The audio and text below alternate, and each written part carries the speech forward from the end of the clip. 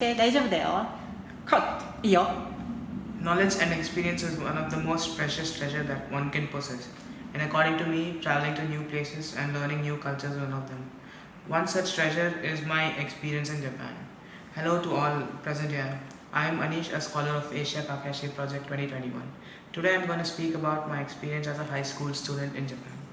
My stay in Japan was like a book I was longing to complete. Each day was like a new page with new people to meet and new things to learn. These 4 months have unfolded a new me. From walking alone on the peaceful roads of Tsukuba to enjoying a lively stay with my host family in Kamakura, I was constantly rediscovering myself. My friends would agree that summing up our journey in a nutshell is kind of difficult, but then I would like to focus on some of the most important observations and experiences, according to me. My high school life in Japan is one of the best things I've ever experienced. The reception I received from my teachers, classmates, and dorm mates made me feel like at home. I was amazed at looking at the rapport between the teachers and the students. The cleaning duties here made me realize the responsibility that every student has towards his or her own school. The Japanese culture has always fascinated me. One such fascination is the time that I spent with my winter host family in Kamakura city. Those 10 beautiful days gave me a deep insight into the Japanese culture. My attachment with them is so deep that now I believe that they are my second family. Among all these amazing moments, there is something that made my journey even more special: the feeling of representing India. Right from giving presentations to proudly explaining the unity of Indians, I lived every moment was filled with loads of pride and happiness. The feeling of being an Indian is unreached by words.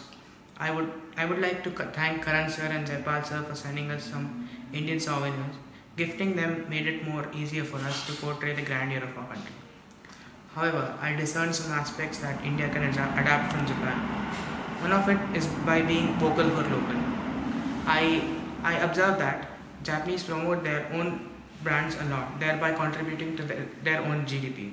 Keeping in view of the post-pandemic era, this is a golden opportunity for India to stabilize its economy. Another quality that can be adapted from Japan is of being punctual and respectful towards law. I hardly saw any delays or traffic violations in Japan. India is a world in itself, but sadly we often fail to recognize it.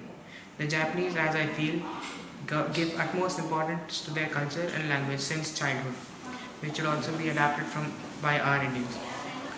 Another peculiar thing that I observe is the stereotype that women should be taking care of the house while the men can go out for work that exists both in India and Japan.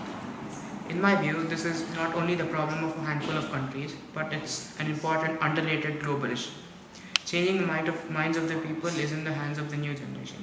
We all should join hands together and fight this demon of stereotype globally.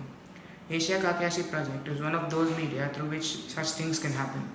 It really feels amazing to be a part of such a prestigious program. In conclusion, on behalf of all the 16 Kakashis, I would like to thank the embassy officials for hosting us. Special thanks to Karan sir for keeping in constant touch with us. I would also like to express my gratitude towards His Excellency Ambassador Sanjay Kumar Verma sir for taking out his time and meeting us. I would like to end my speech by quoting Mr. Devdutt Patnaik. What we possess is temporary, but what we become is permanent. So let's leave behind all the physical tensions and focus on our goals and strive for a better world. This is Anish signing off. Thank you.